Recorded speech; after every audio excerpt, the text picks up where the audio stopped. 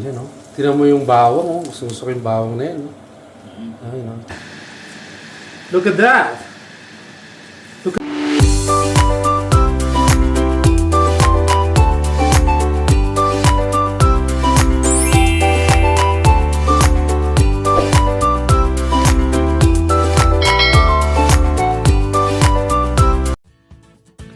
Maligayang panonood mga akasa. Sa part 1, nakapagluto ako ng nilagang baboy at ng sisig. Dito naman sa part 2, ipapakita namin sa inyo kung paano namin niluto ang roast beef. Roast beef na masasabi kong pangmalakasan. At hindi na natin pahabain pa. Umpisa na natin. Nung part 1, sinabi ko nagagawa ako ng fried kamote. Ito yung magiging appetizer natin. Kaya ang ginawa ko, in-slice ko lang yung kamote, binudburan ko ng harina, at nilubog ko sa butter at saka ko pinirito. Para sa akin, mas okay na yung magkamay sa ganitong proseso ng pagluluto. Mas safe, mas komportable, lalo sa pagpiprito.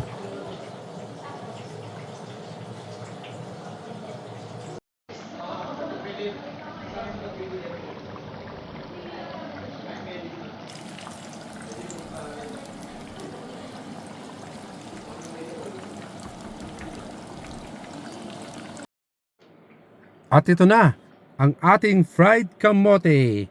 Madali lang naman, di ba? Kaya-kaya nyo yan. A few inches later. Sa bahay, ang tropa ay gagawa ng malupit na roast beef yan, pre, no? Roast beef yan. So, yun yung sabi ko sa inyo kanina umaga na darating. So, nagmamadali ako para magluto. So, ngayon bumili siya ng ito. So, ipe-prep niya to para sa atin. Pikanya. Ano bang anong parts to, Tol? Pikanya. Pikanya. Yeah. So, ang ginawa mo, pinunasan mo lang, no? Kung walang hugasan. Yeah, pinunasan. Huwag na hugasan kasi mawawala yung lasa ng juice. So, ang ginawa ni pare, nilagay niya sa tray na may foil. Lagyan ng salty tropa. Ito na. Okay lang yan. Kasi lalabas naman yung alat niya, di ba? Oo. I-microwave. So, nilagyan ng pepper. Salt and pepper lang. Oo. Itong malaki salt and pepper lang gagawin. Yeah. Ayos to, ah. Kaya mo. Sariwa, no? Oo, correct. Sariwa siya. Mapulang-pula pa. Oh, Okay na ba to? okay na yan. Wawash na. Wawash. Yun na. So, sinunod ni tropa ang Ito, salt and pepper Garlic. lang tayo. Baka gusto nila may herb eh. Kasi mabango rin, di ba? Garlic. Garlic.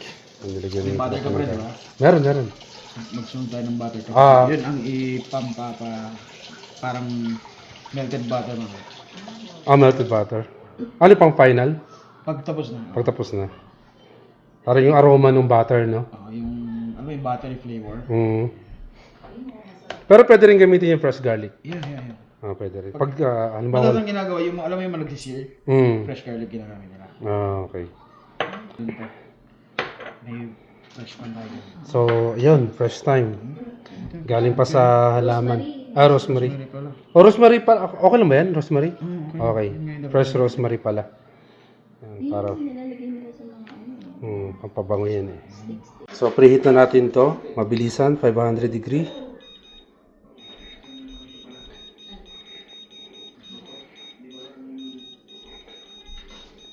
Yun. Then start. Yan, so preheat. Yan na. So, merong rosemary sa top. Tanggal ng anggo yan. Sino maanggo pa? Yeah. So ito, magiging ano to? Medium well. Itong kabila. Medium rare. Medium rare. Tapos ito, medium well. Okay. Okay. Ganda. Fresh na fresh. Maganda lang. Time pa rin itong isa. Sige. So time, nilagyan niya rin ng time. Yung sa basic lang tayo, salt and pepper. Salt and pepper. Para may choice sa... Okay. Kaya sabi nila, ang pinakamasarap daw sa part na to, salt and pepper lang talaga. Kasi yun ang ano yun, parang basic na panimpla, di ba? Oo. Pero kahit marami asin yan, babaksak lang din yung alat niya sa baba, di ba? Okay.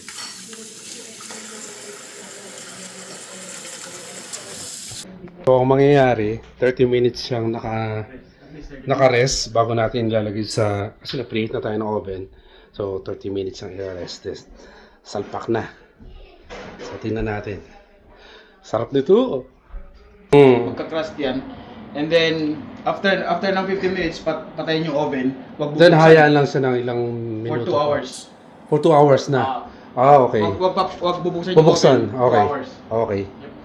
So, yun 30, ano ba yun? Nalimutan ko. Basta 15 minutes na natin siya sasalang for 500 Fahrenheit. Then after nun, iiwan lang natin doon yung beef for 2 hours. So yung init na natitira din sa oven, Yun yung magluluto. yun yung magluluto dito sa karne. Yan. Bali yung 500, ay yung before 500 Fahrenheit. Yun lang yung magbibigay sa kanya.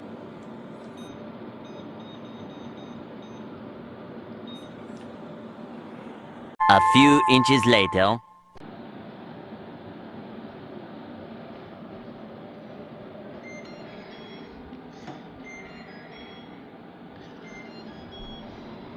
Katatapos na ng 15 minutes para sa roast beef. So sinet ko siya ng 2 hours para i-rest lang sa loob ng oven. So after nun, 2 hours, yun, malalaman na natin. So yun yung recipe ni Tropa. So interesting na si recipe to kasi hindi pa nakakaluto ng ganito eh.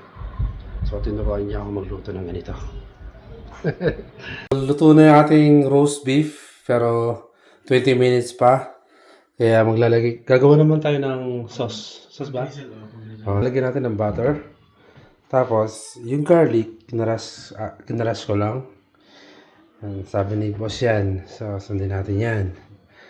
So, golden brown. Oh, golden brown. Golden brown natin to. Mild reaction. So, itong butter na to, lagyan natin sa roast beef para para mag-enhance yung taste niya. Battery of enhance. Ma-enhance yung taste niya din. Yung matitirang butter, lalagyan naman natin ng red wine para magiging sauce naman ng ating roast beef. Rosemary. Ng rosemary fresh. Fresh. Fresh, yeah. So, golden brown lang natin yan. Tapos pati yung garlic. Tapos ilalagyan natin din sa steak. Yeah. Ayan. A few inches later. Yan guys. Very crust. Look at that. Look at that crust. That.